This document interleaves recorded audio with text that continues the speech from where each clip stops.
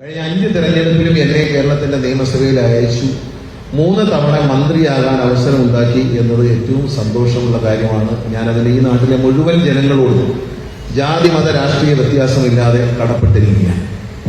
ഞാൻ ആരോടും ജാതിയോ മതമോ രാഷ്ട്രീയമോ ചോദിച്ചിട്ടില്ല. 25 വർഷം പിന്നിടുമ്പോൾ 25 വർഷത്തിനിടയിൽ ഞാൻ ആരോടും ജാതിയോ മതമോ രാഷ്ട്രീയമോ ചോദിക്കാതെയാണ് നിങ്ങളോടൊപ്പം ഞാൻ പ്രവർത്തിച്ചത്.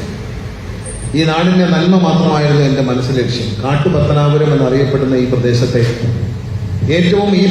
ഏറ്റവും വികസിതമായ, ഏറ്റവും മനോഹരമായ, ഏറ്റവും വികസിതമായ, ഏറ്റവും സൗകര്യങ്ങളുള്ള ഒരു പ്രദേശമാക്കി മാറ്റാൻ നമുക്ക് കഴിഞ്ഞു വന്നത് ഈ നാട്ടിലെ ഓരോ ജനങ്ങൾക്കും അഭിമാനിക്കാവുന്ന കാര്യമാണ്. പത്തനാപുരത്തുകാരനായി തെരഞ്ഞെടുക്കപ്പെട്ട പത്തനാപുരത്തുകാരനായ ഞാൻ പത്തനാപുരത്തുകാർക്ക് വേണ്ടി നടത്തിയ പരിഷ്കാരങ്ങളാണ് KSRTCയെ അതിന്റെ അധോഗതിയിൽ നിന്ന് മുന്നോട്ട് കൊണ്ടുവന്നത്.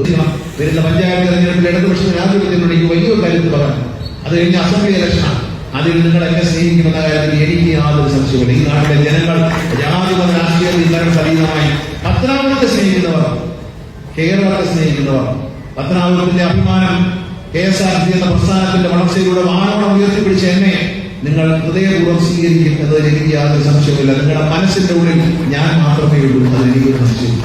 ഈ നാട്ടിലെ ജനങ്ങളുടെ മനസ്സിൽ കുഞ്ഞുങ്ങൾ മുതൽ മുതിർന്നവർ വരെ, അമ്മമാരും സഹോദരിമാരും അടക്കം അവരെ മനസ്സിൽ സൂക്ഷിക്കുന്ന കുടുംബാംഗമാണ് ഞാൻ. അതിലെനിക്ക് യാതൊരു ആത്മവിശ്വാസവുമില്ല. എന്നോട് ഒരു പ്രമുഖനായ ഒരു MLA പറഞ്ഞത്, നിങ്ങൾക്ക് എന്തും നാടിന് വേണ്ടി ചെയ്യാം, കാരണം നിങ്ങളെന്ന വലിയൊരു ജനസമൂഹമുണ്ട്. പത്തനാപുരത്തുകാർ നിങ്ങളുടെ കൂടെ ഉള്ളതുകൊണ്ട് നിങ്ങൾക്ക് ധൈര്യസമേതം എന്തും ചെയ്യാം. അതുകൊണ്ടാണ് നിങ്ങൾ KSRTC മുന്നോട്ട് കൊണ്ടുപോകുന്നത്.